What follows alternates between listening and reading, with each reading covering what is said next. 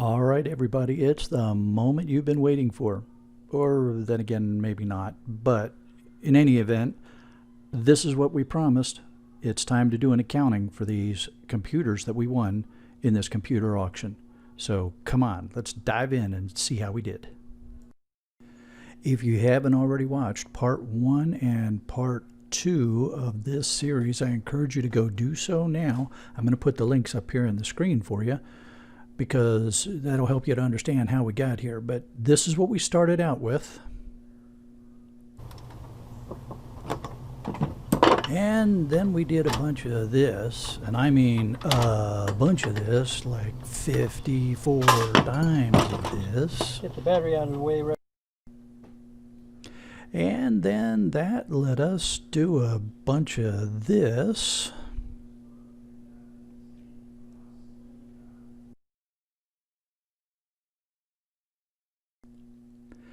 And a whole lot of this.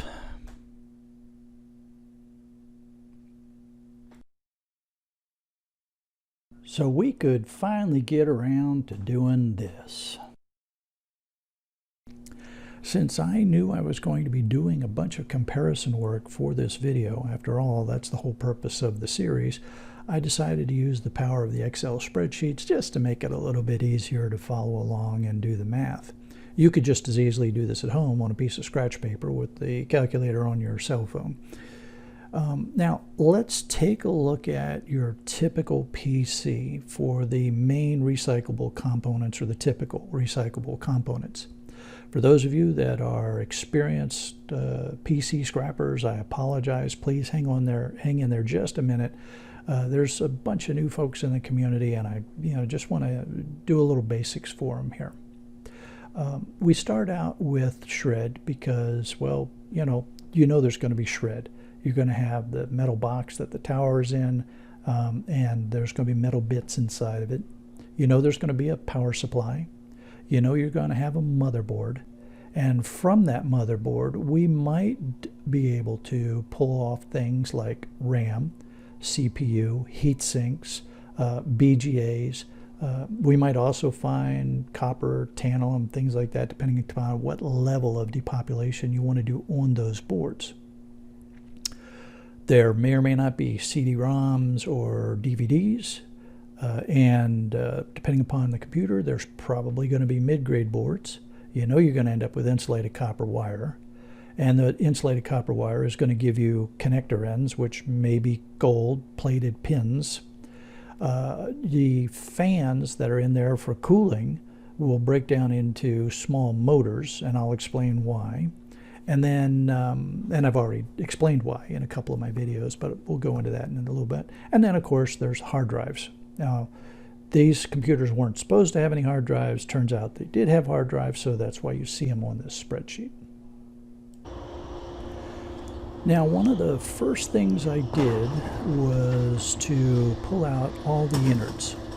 So I pulled out the fans and the motherboards and the RAM and the CPU so that I could get the empty shells all loaded up and take those to the scrapyard. Now, I also made the decision that I was going to scrap the CD-ROMs by taking off the boards and selling the boards separately, but then scrapping the rest of the CD-ROM. Now, that meant that I was giving up or not getting as much value out of the 3 little motors that were inside there. It was just a decision I made. Timing more than anything. I had 54 CD-ROMs that I would have had to break down, and it takes a while to get through all of them. You see me chucking CD-ROMs out the back of the truck here. And the price difference between the small motors and just the shred was such that I just decided, you know what, for time's sake, this is the way I'm going to do it. So CD-ROMs, I pulled the boards off, and then the rest of it just went in with the shred. So there you see that the CD-ROMs flying out the back along with the shells from the casings. All right, so what did we end up with for a shred from all these computers?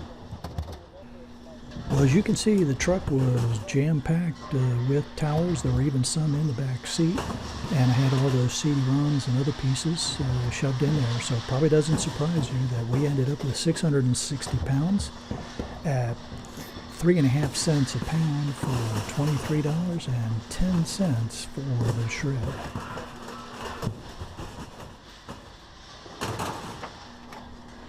Okay, keep that number in mind, and before we get back to the spreadsheet, let's talk about the power supplies. As you know, with power supplies, you've got some options. You can sell them as, wait a minute, here, let's look at some power supplies. So here's a typical PC tower power supply. Tower power supply. Boy, it sounds like it could be a band. Anyway, you see here that you've got the metal casing and then there's the wire hanging out of it. There are generally 3 ways that we can sell a power supply. With the wire on, with the wire off, or a total deconstruction where you break it down to the metal shred, the low-grade board that's inside, the fan that you turn into a small copper motor, and then the insulated copper wire. All right, so let's take a deeper dive into that. In the question of scrapping computers and trying to understand how to maximize your value, we always come to the question of what to do with power supplies. Typically, what your options include is to sell an entire power supply with the cables on it, with the wire, for one price, and it's usually a pretty good price actually. The other option is to sell it after you have removed the wire. And then the third option is to take it all the way down to the shred, low-grade board, and wire. Because what we are exploring in this video series is the value comparisons, I have taken one sample of each of the types of power supplies from the computers that were in that lot. I'm going to go ahead and break these down. So first I'm going to weigh them the way they are right now. Then we will separate the insulated copper wire the way you would have sold it to a scrapyard. So it means we just cut off the external portions of the wire, and then we will get those weights. And then the next thing we will do is we'll take it all the way down to removing the low-grade board and the wire and look at what those weights are. Then using the numbers that I got from my actual sales receipts, we'll have a little better idea of what those 3 options give us. So you can see that those 3 representative power supplies come to 9.99 pounds. We're just going to call it 10 pounds, keep it simple. 10 pounds if you sold it with wires on. Alright, so after we remove the insulated copper wire, the power supply weight becomes 9.28 pounds. Okay, and the insulated copper wire that was removed from the power supplies is 0.57 pounds. Notice that I have removed the connector ends, the little plug ends from the insulated copper wire. My yard is very strict about this. You need to know what your yard accepts and doesn't accept, and if they pay different, because if they do accept insulated copper wire with the ends still on, they may have a different price for those. So you'll want to understand about how your yard does this. With my yard, I just remove them because that's the way they want it done. Alright, so the next step here is to open up each of the 3 samples and break them down into their constituent parts. So we're going to get this one opened up. Now, of course, if I was doing this and just going to town on it to get it done as quickly as possible, I'd be using my power screwdriver. You know, we can even put this guy to use a little bit here. I think this should help. These screws are kind of tight, and I got the wrong bit on that one anyway, so yeah, I got rid of that. I got rid of that other one, that little one you saw me using. That one ended up inside of a Now here's another factor that you need to be thinking about in your scrapping of computers, anything actually, is your time. As you can see, it's going to take me a little bit of time to get this power supply opened up. Now, yeah, it'd be faster if I was using my power driver and things like that. That's fine. But the point is, if you decide to scrap something down further, micro scrap, whatever you want to call it, there's time involved. And you have to decide what your time is worth. Now, you know, if it's a hobby, then it's no big deal. You're enjoying it, you're having fun, so, you know, the time factor is less relevant. If you're trying to do this to maximize your profits, well, then you may want to start thinking about your time, because the time that you would spend breaking down power supplies could be maybe better used working on something else. Put the little pieces there just to make sure they don't get lost in the sauce somewhere. Okay, I'm going to speed this up a little bit while I'm taking these apart. You get the idea, I think, from the real-time part of this, how long it takes to get into each one of these power supplies. Each one is going to be a little bit different, but the same basic kind of components are going to be there. You're going to have a power supply board, a low-grade board. That low-grade board will have some aluminum heat sinks, some copper toroids, some transformer. You're going to have a fan that you can break down into a little copper motor. My yard, I do that because they pay more for little copper motors than they do for computer fan motors. So that's why I take the time to do that. And then you have to take the rest of the insulated copper wire off of the low-grade board. So what you end up with is shred, low-grade board, small copper motor. And then if you really want to get into it and start digging in, you can pull off the fuse and the copper toroids and the aluminum heat sinks and the transformers and really go to town micro scrapping down to the little bits and pieces. Now, for the purposes of this video, I'm not going to do that because it just would get too complicated. You know, this video is already going to be complicated enough. So all I'm going to do is go down to the basic low-grade power board level for cost comparison purposes. One thing for you all to think about, you know, if you're doing a lot of these, then you need to process them quickly to keep things moving. So that will be a deciding point for you in how far you take it down. If you don't get a lot of these, you know, 1 or 2 a month or something like that, then, you know, take the time to break it down if you want to, because you might be able to do better in the long run if you can take it all the way down to individual pieces of number 2 wire and aluminum heat sinks and such. All right, let's get this done here, and let's go ahead and weigh out and compare the 3 main levels of scrap for the power supplies to see which one is going to maximize our return on these 54 computers. So here we have the shred material from the 3 representative power supplies. And here we have the 3 low-grade boards, 4.84 pounds. And finally we have the insulated copper wire, low-grade insulated copper wire. Yes, I teared out the little plastic container.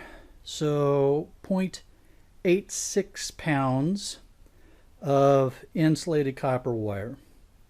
All right, let's go do a little math based on actual numbers from my yard and figure out what our options are. So when we run the math, we can see that it is more advantageous for us to sell the power supplies with the wire. It takes us no time at all, and we actually end up with more money. Now, in the case of these 3 specific samples, we would have ended up with $1.30 for the 3 if we had sold them with the wires on. If we had taken the wires off, we would have only ended up with 80 cents. And if we had done a complete scrap down to you know, the piece parts, we would have ended up with 74 cents. Now again, you might make the argument that if you took the copper toroids off and sold the copper separately and the aluminum heat sink separately, you might have done a little better. Would have taken you a lot more time.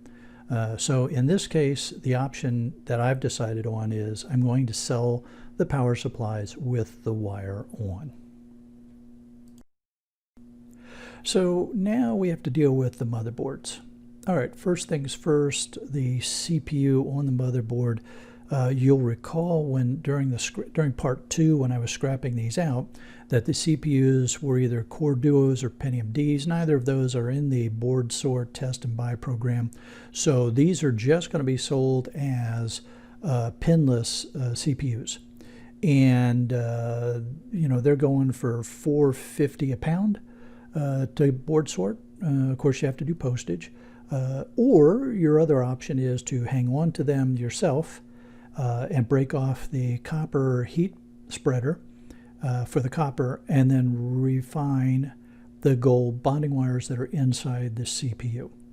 Of course, that's going to be too complicated to try to figure out the pricing and everything for this video, so we're just going to go with selling them all to board sort.